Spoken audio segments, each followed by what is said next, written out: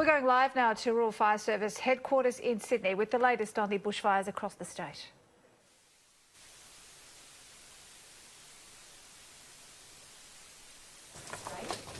And in relation to the projections we had this morning, unfortunately those projections are coming to fruition.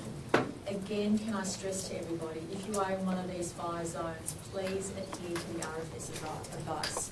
The single source of truth is the RFS advice. Please follow that advice to make sure you're in as safe a position as possible.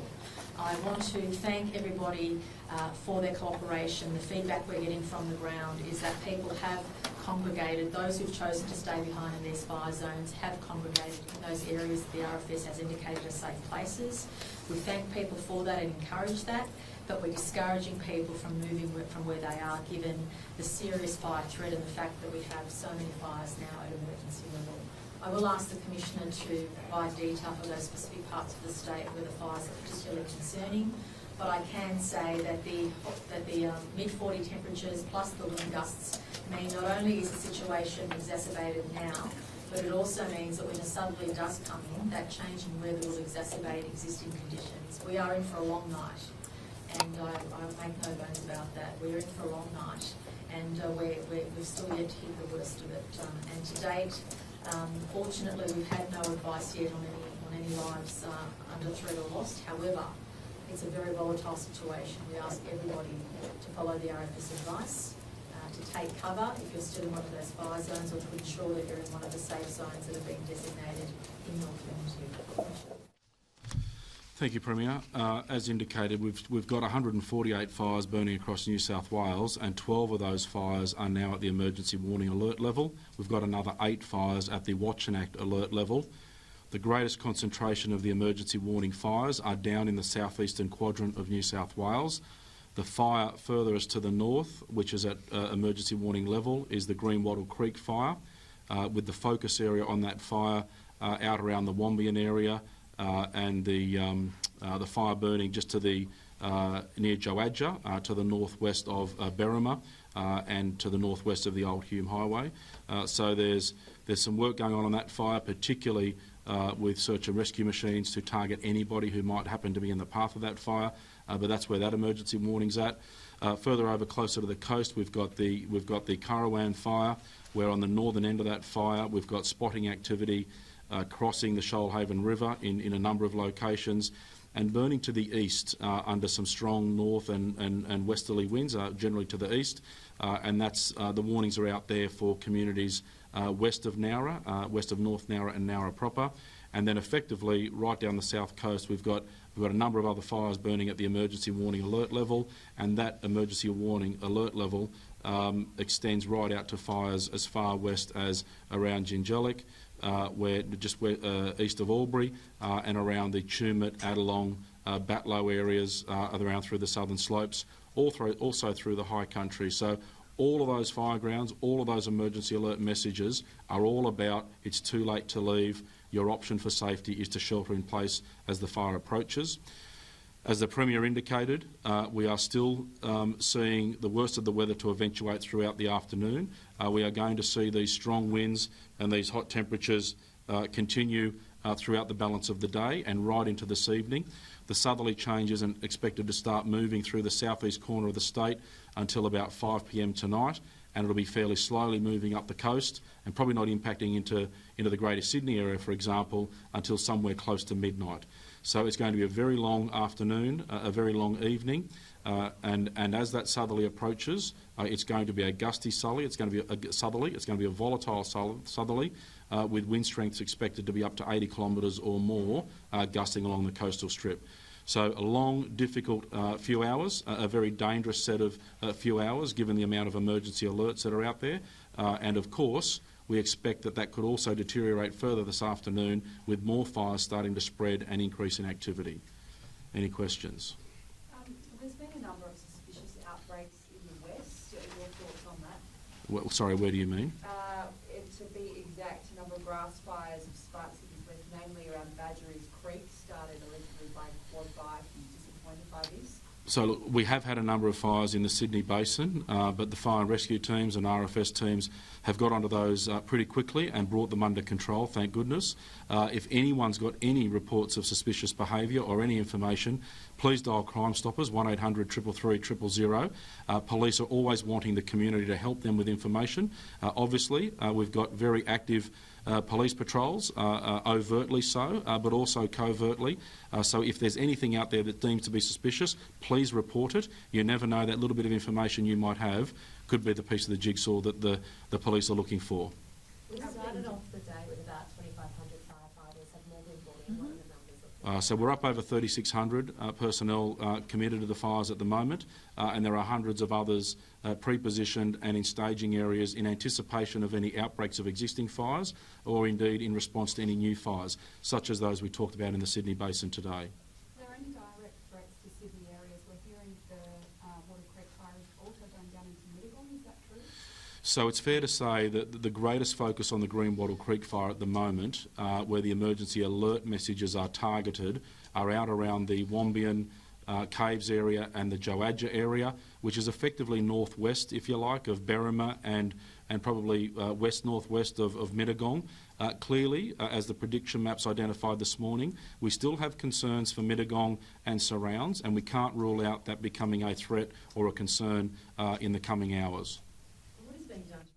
What is being done to protect critical infrastructure like the Snowy Hydro? So there's significant investment in all sorts of critical infrastructure. So particularly down through the southern slopes area and across the ranges. Not only have we got installations like the Snowy Hydro system, we've also got pretty significant industry-based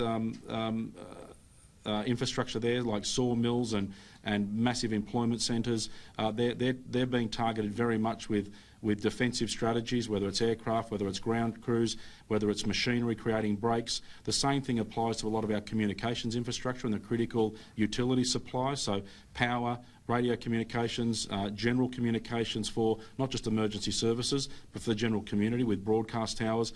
So lots of critical infrastructure gets factored into our strategies and our firefighting strategies around shoring up protection as much as we can ahead of these fire fronts bearing down on them. Are any of the assets under threat at the moment? Lots of them are. Yeah. And what sort of assets, what areas are particularly concerned? Generally what I described. So you're talking about towns and villages. You're talking about key employment centres and employment hubs that focus on industry. So, for example, the timber industry is very high down in the southern slopes. The paper mill and the paper mill, the pulp mill factory. Lots of arterial power lines. You've got the hydro electricity scheme that's down there. You've got communications infrastructure. So there's lots and lots of infrastructure throughout the southeastern quadrant of the state that commands our attention and focuses resources and strategy to try and shore up as much protection as possible. Shane, can I come back to reports of people lighting barbecues, not heeding those total fire bans, coming into dinner time now, particularly around Greater Sydney? What would you say tonight to those people? It's against the law, and if people are doing it, they'll be prosecuted accordingly. There are conditions that allow for gas and electric barbecues in domestic dwellings under certain conditions, and also in designated parks and reserves. They are the only things that are allowed. We don't want people adding to our problem. We don't want people adding to the risk that is already significant for the people of New South Wales. If anyone sees people doing the wrong thing, again, please report it, and action will be taken. Decisive action will be taken straight away. So there are fire-initiated thunderstorms now moving over the southeast corner of the state.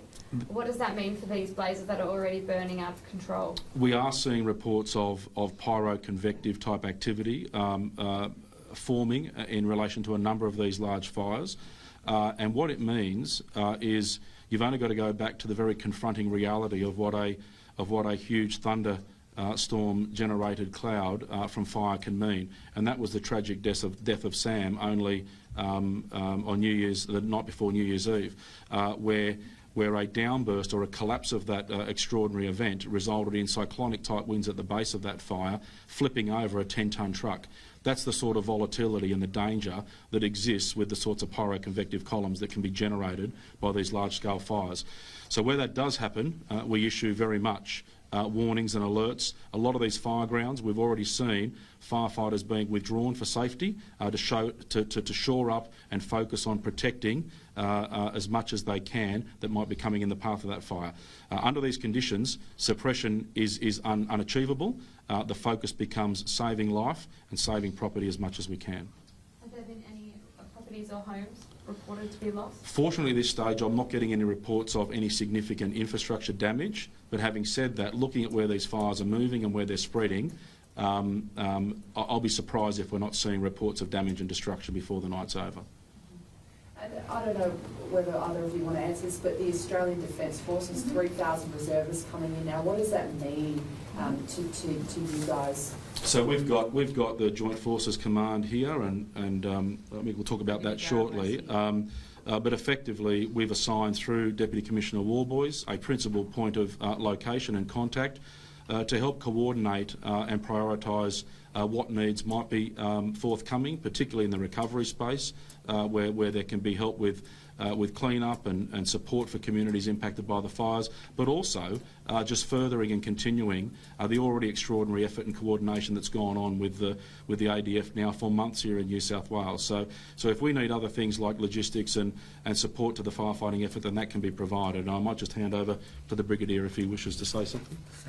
Thanks, Shane. Yeah, thanks for the question. So the number of 3,000 is more likely to be the national figure. They'll be called out, which gives the Defence Force the maximum flexibility in identifying people with the skills we think we need, and also gives the individual the maximum protection as well. But we'll be targeting those people with field engineering skills, logistics skills, etc., who we can put together in teams to assist the state services if required. And that'll be done over the coming weeks. And also, we're hearing that you'll be opening bases no, that's not happening. I'll probably let another person expand on this, but that was just in terms of.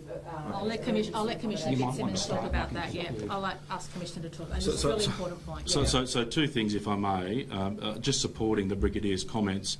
The one thing we've spoken to the Commonwealth about following the announcement this morning is to seek clarity and confirmation that the recall of reservists won't compromise all those men and women, whether they're volunteering or employed by agencies already heavily committed to the ongoing firefighting effort.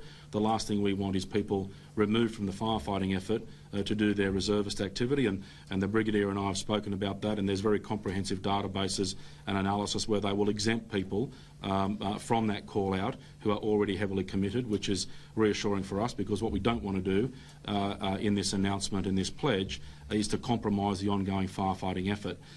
The other thing we learnt about today through inquiries from the public was that there was an announcement about members of the community could access defence bases.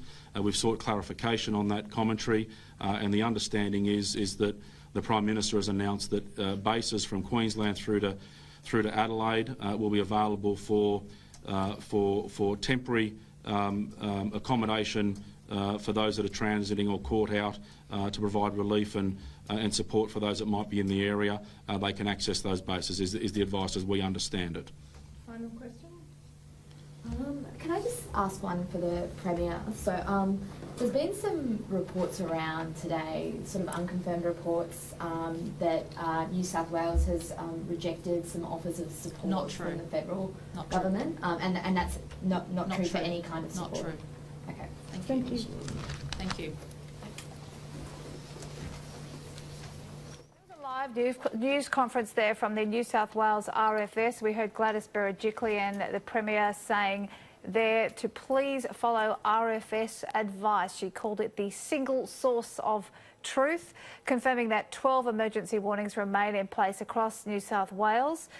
And she and also the Commissioner, Shane Fitzsimmons, saying that we are still yet to see the worst of the fire conditions, mid-40 temperatures around the state and wind gusts as well. And when that southerly hits, which will start at around 5 p.m. and move very slowly, they say, up the coast, hitting Sydney at around midnight tonight, that will actually exacerbate conditions.